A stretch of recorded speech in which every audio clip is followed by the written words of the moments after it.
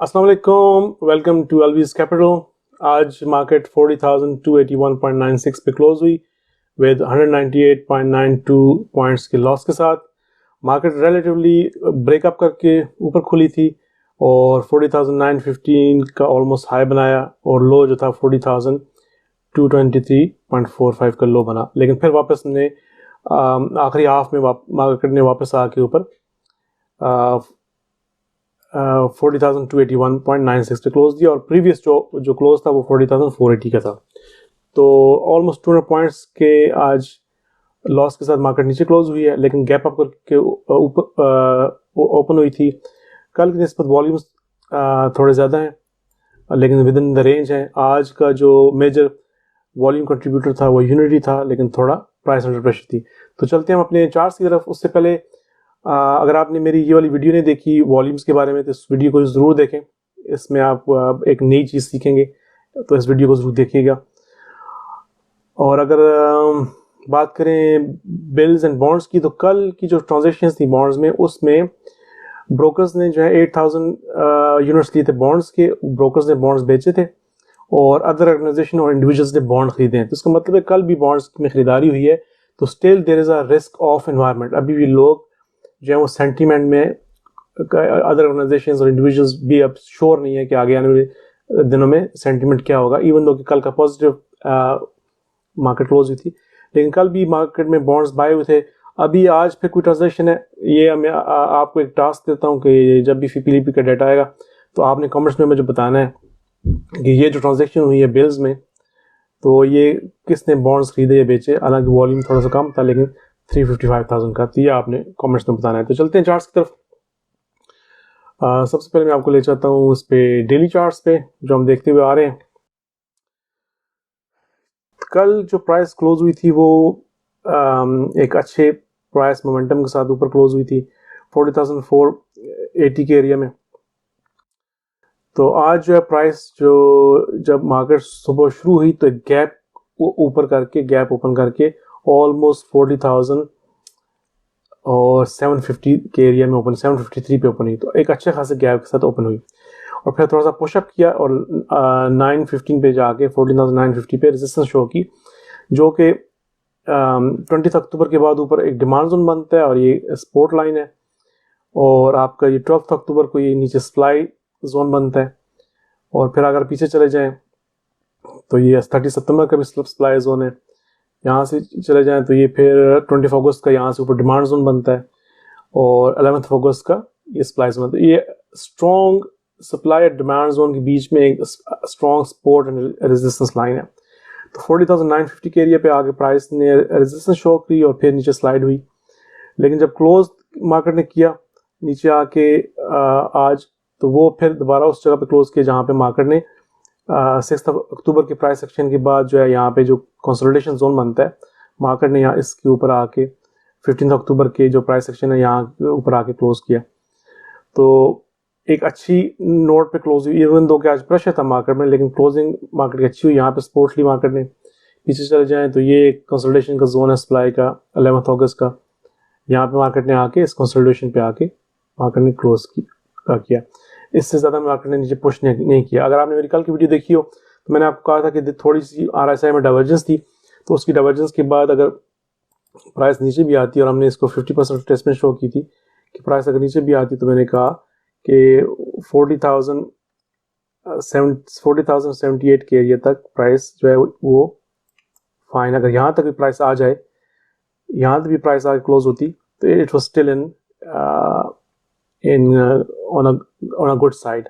अगर 40,070 भी आके प्राइस क्लोज होती तो it was still on a good side, लेकिन उससे पहले प्राइस क्लोज हो चुकी है। तो इट इंडिकेट्स कि there is a good chance कि price will bounce back from here, unless कि अगर कल प्राइस जो है यहाँ से नीचे गैप डाउन करती है, जैसे आज क्लोज गैप डाउन करती है, तो फिर ये जो है ये जो पैटर्न बन रहा है ये फिर ये डार्क क्लाउड कवर बन जाएगा। और डार्क क्लाउड कवर के बाद अगर गैप डाउन होता है, आज क्लोजिंग के बाद नीचे गैप आता है, तो फिर ये कंफर्मेशन हो कि आने वाले दिन में मजीद बेरिश प्रेशर की और फिर प्राइस जो है नीचे आ सकती है। लेकिन अगर कल मार्केट गैप डाउन नहीं करती तो इट इज स्टिल सेफ। तो देखते हैं कि कल का प्राइस सेक्शन कैसे होता है। अब हम चलते हैं मूविंग एवरेजेस के साथ। तो कल प्राइस जहाँ क्लोज हुई तो उस वक्त प्राइस जो है वो तमाम मूविंग एवरेजेस के ऊपर थी, लेकिन जो है ये 15 मिनट्स का चार्ट है, तमाम मूविंग प्राइस एवरेजेस के ऊपर थी सिवाय 200 सिंपल मूविंग एवरेज। तो मैंने ये कहा था कि EMA जब तक सिंपल मूविंग एवरेज से ऊपर नहीं जाएगी, 200 EMA सिंपल मूविंग से ऊपर नहीं जाएगी तो एक बुल मोमेंटम नहीं आ सकता। तो मैंने कल ये कहा था कि यहाँ पे प्राइस का ऑसिलेशन का क्वेश्चन है। तो वही बात हुई कल यहाँ पे, जो कि मैंने आपको RSI में डाइवर्जेंस दिखाई थी, उस डाइवर्जेंस को रिस्पेक्ट करते हुए प्राइस जो है वो आज नीचे आई है। लेकिन मैंने साथ ये भी कहा था कि इस डाइवर्जेंस को मार्केट जो है वो निगेट भी कर सकती है, क्योंकि मार्केट का सेंटीमेंट अच्छा है और एक इंडस्ट्री को रिबेट भी मिला है। तो वही बात हुई, मार्केट ने मॉर्निंग में उस न्यूज़ को जो कल आई थी प्राइम मिनिस्टर की तरफ से, जो इंडस्ट्री को रिबेट मिला है, और कल का जो पॉजिटिव बुलिश सेंटीमेंट था, वो दोनों को, और क्लोज भी जो था वो ऑन बेटर नोट था क्लोज भी। तो मार्केट ने ऊपर ओपन किया, लेकिन ऊपर जाके मार्केट जो प्राइस सस्टेन नहीं कर सकी। उसने 200 डेज सिंपल मूविंग एवरेज को टेस्ट किया, लेकिन फिर उसके बाद नीचे प्राइस से फिर टेस्ट किया, लेकिन होल्ड नहीं कर सकी और प्राइस नीचे आ गई।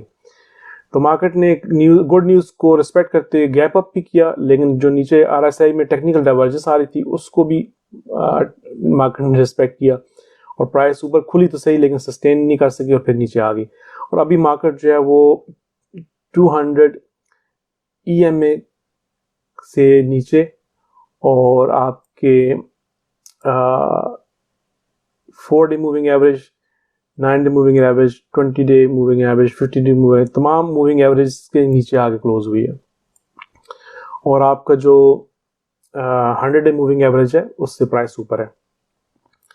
लेकिन इसको मैं एक और तरह भी देखता हूँ, अगर आप चले जाएं 5 मिनट्स चार्ट पे, तो इस वक्त जो तमाम मूविंग एवरेजेस हैं, जो आपका 5 मिनट्स चार्ट में जो आपका EMA है वो सिंपल मूविंग एवरेज से ऊपर है, और तमाम मूविंग एवरेजेस यहाँ पे कन्वर्ज कर रही हैं। तो जब भी मूविंग एवरेजेस कन्वर्ज करती हैं तो उसमें से या तो प्राइस एकदम कट करके ऊपर चली जाती है या प्राइस कट करके नीचे आ जाती है। तो यहाँ चूंकि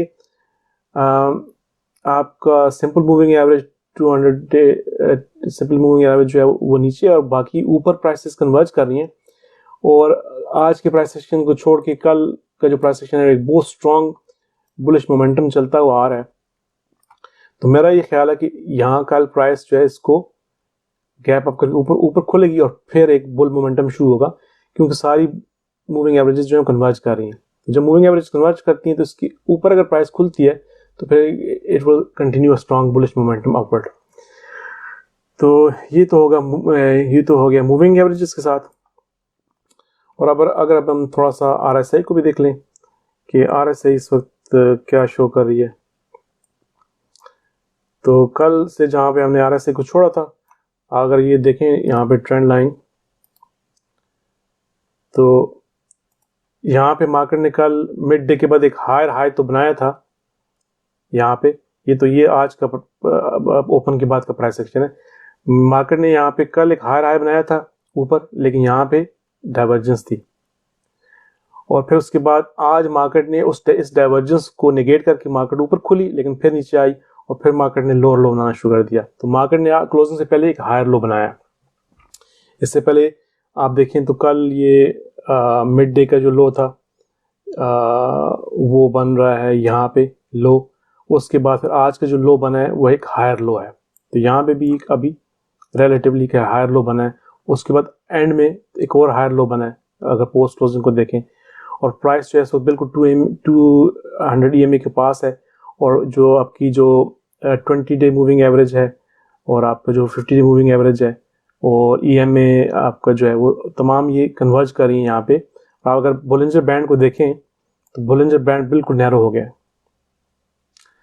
तो यहाँ पे अगर तो प्राइस यहाँ पे कल सस्टेन करती है और ऊपर गैप करती है, क्योंकि अगर बोलिंजर बैंड को देखें तो बिल्कुल नैरो हो गया, तमाम मूविंग एवरेजेस कन्वर्ज कर रही हैं। तो अगर तो ये गैप अप करती है और फिर it will be a strong upward momentum. लेकिन अगर ये गैप डाउन करती है, जैसे कि आज जो USA में जो है सारे फ्यूचर्स जो हैं वो थोड़ा अंडर प्रेशर है, डॉलर भी अंडर प्रेशर है, क्योंकि ट्रंप ने पहले ऐलान कर दिया कि मैं जीत गया हूँ और मैं सुप्रीम कोर्ट में जाऊंगा और मैं इलेक्शन के रिजल्ट्स को नहीं मान रहा।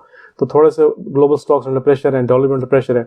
तो कल अगर ये आज की कोई रिजल्ट्स में कोई गड़बड़ होती है, कोई नेगेटिविटी आती है, ग्लोबल स्टॉक्स भी नीचे आते हैं, तो ये गैप डाउन भी कर सकती है मार्केट, क्योंकि यहाँ पे थोड़ा सा अच्छी मतलब डाइवर्जेंस शो तो हो रही है अपवर्ड, एक हायर लो बन रहा है और मेरे ख्याल में इसको गैप अप करना चाहिए। लेकिन अगर सेंटीमेंट चेंज हो जाता है आज रात के बाद तो ये गैप डाउन भी कर सकते हैं। तो गैप डाउन करेगी तो प्राइस बहुत नीचे जाएगी, गैप अप करेगी तो प्राइस बहुत ऊपर जाएगी। अभी कल का प्राइस सेक्शन पे हम दोबारा से आके डिसाइडिंग फैक्टर है, क्योंकि आज तमाम जो कि आपकी मूविंग एवरेजेस हैं वो कन्वर्ज कर रही हैं यहाँ पे। थोड़ा सा इसमें जो पॉजिटिव वो ये है कि आपका जो 50 डे मूविंग एवरेज है वो फॉलिंग थी पहले और फिर फ्लैट होने के बाद अब इसका थोड़ा सा अपवर्ड डायरेक्शन यहाँ पे बनती नजर आ रही है। क्योंकि अगर ये फॉलिंग होती तो यहाँ से ये फ्लैट होने के बाद थोड़ा अपवर्ड इसका मोमेंटम ना बन रहा होता, ये फ्लैट होती नीचे आ रही तो फिर यहाँ से नीचे ऐसे प्राइस आ जाती। सिंपल मूविंग एवरेज जो है नीचे है 200, EMA ऊपर है, तो स्टिल मतलब कि जो अर्ली प्राइस सेक्शन है 5 मिनट चार्ट पे जहाँ पे सब ये मूविंग एवरेज कन्वर्ज कर रही है, तो मेरा ख्याल है कि कल प्राइस को यहाँ से ऊपर गैप अप करना चाहिए, क्योंकि आज प्राइस सेक्शन में आज एक हायर लो बना है। कल एक लोअर लो बना था, आज हायर लो बना है। कल की जो नेगेटिव डाइवर्जेंस थी वो आज पॉजिटिव है। तो मैं होपफुली कल मार्केट विल ब्रेक अप। तो ये तो हो गया हमारा मूविंग एवरेजेस के साथ। इसके अलावा हम एक चार्ट फॉलो करते हुए आ रहे हैं जो कि हम जिसमें हम प्राइस एक्शन स्टडी करते हैं, उसको देख लेते हैं क्विकली। कल हमने यहाँ पे छोड़ा था जहाँ पे मार्केट ने एक शूटिंग स्टार बनाया था और मार्केट एक रेजिस्टेंस जोन के अंदर थी 40,500 के एरिया में, उससे एक दिन पहले। तो वहाँ से मार्केट ने ऊपर गैप अप किया, क्योंकि आखिर में इवन दो के RSI हमें एक डाइवर्जेंस शो करी थी, लेकिन मैंने कहा था कि न्यूज़ मार्केट में ऐसी है और एक मोमेंटम चलता आ रहा है तो मार्केट गैप अप कर सकती है। तो वही बात थी, मार्केट ने गैप अप किया, लेकिन चूंकि डाइवर्जेंस भी थी मार्केट ने ऊपर आके स्ट्रॉन्ग रेजिस्टेंस शो की 40,950 के एरिया पे, और ऑलमोस्ट ये जो गैप अप था ये 300 प्लस पॉइंट्स का गैप था। और अगर हम पीछे चले जाएं जहाँ पे मार्केट ने जो रेजिस्टेंस शो की है, ये वो जगह बनती है जहाँ पे 29 अक्टूबर को मार्केट ने जब पेशावर का हादसा हुआ था तो उसके बाद एक गैप डाउन किया था। तो वो जहाँ से जो गैप शुरू हुआ था और जहाँ पे गैप आके ख़त्म हुआ, यहाँ से जब प्राइस नीचे आई तो ये जोन बनता है 40,750 और से लेके 40,788 का एरिया। लेकिन जब आज प्राइस ओपन हुई तो वो इस गैप को काटते हुए ऊपर ओपन एक स्ट्रॉन्ग ओपन थी आज, और फिर जो है मार्केट ने इससे ऊपर आके रेजिस्टेंस शो की। अगर हम थोड़ा इसके और पीछे चले जाएं तो मार्केट ने जो पीछे आके अगर आप देखें तो ये जो डिमांड जोन बनता है 20 अक्टूबर का, जहाँ पे ये 3 बार्स प्ले बनता है और यहाँ से मार्केट ऊपर जो इस डिमांड जोन से जब प्राइस जो नीचे पैरेंट ब्रेक करके आई और यहाँ पे मार्केट ने 3 बार्स प्ले बनाया, तो इस एरिया पे मार्केट ने आके रेजिस्टेंस की 20 अक्टूबर के इस एरिया पे आके,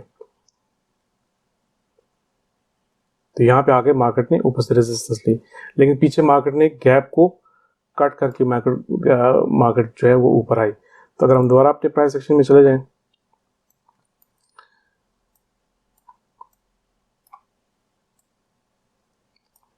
तो यहाँ पे मार्केट रेजिस्टेंस शो की, और जैसे मैंने आपको पहले भी दिखाया पहले कि ये वो एरिया बनता है